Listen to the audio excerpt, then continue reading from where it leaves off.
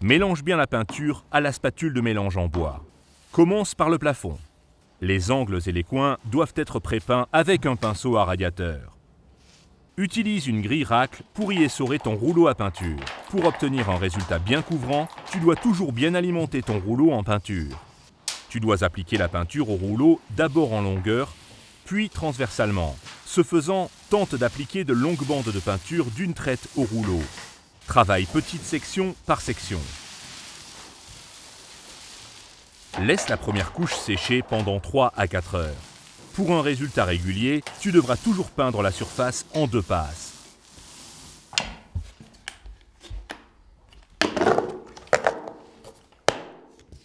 Ceci s'applique aussi aux murs. Les angles doivent être prépeints. Les transitions à d'autres surfaces murales, tu dois les recouvrir de crêpe pour peintre autocollant. La bande en crêpe devra être pelée tant que la peinture est encore humide. Réalise de longues bandes. Tout d'abord dans le sens longitudinal, ensuite de nouveau dans le sens transversal.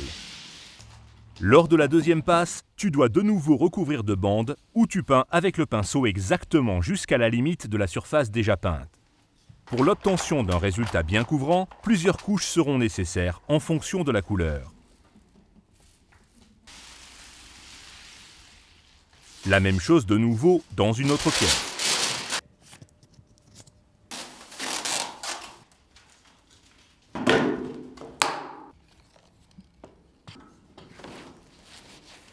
Tu peux également utiliser un petit rouleau pour les zones marginales ou les endroits étroits. De cette manière, tu peux aussi bien accéder derrière les radiateurs.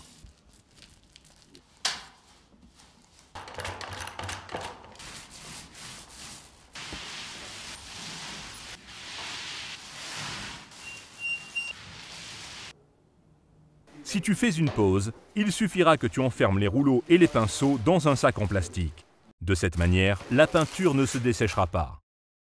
Si tu dois peindre un mur recouvert de crépi minéral, utilise un rouleau à poils longs.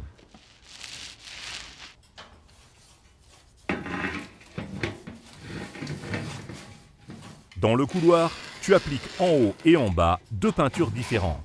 À cet effet, tu traces une ligne en te servant de ton niveau à bulle.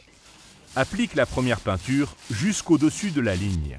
Ensuite, laisse-la sécher. Retrace la ligne et recouvre de crêpe la première surface peinte. Maintenant, tu peins sous la bande avec la même peinture. Dès que tout a séché de part en part, tu peux commencer à appliquer la deuxième couleur. Étant donné que tu as rempli des vides possibles dans la bande autocollante avec la première peinture, la deuxième peinture ne peut plus couler derrière. De cette manière, la transition est parfaitement rectiligne.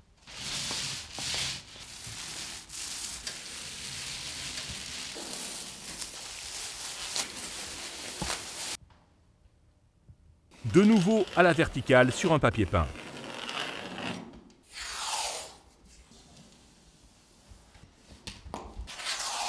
C'est ainsi que, même sur des surfaces irrégulières, tu réalises une ligne parfaite comme sur ce papier peint en fibre de verre.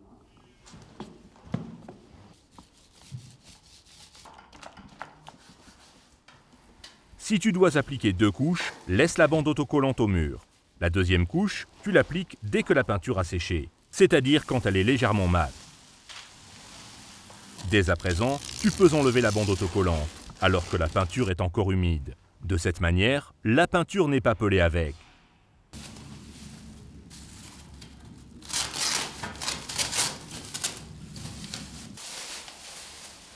Dès à présent, remets en place les prises, interrupteurs et commutateurs, ainsi que tout ce que tu avais dû démonter.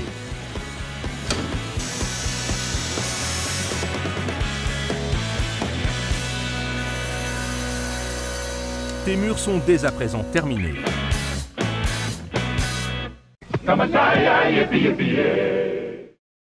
Tu vas trouver ici davantage d'astuces et d'informations. Encore plus de projets? Abonne-toi dès maintenant à Hornbar pour ne plus rien manquer.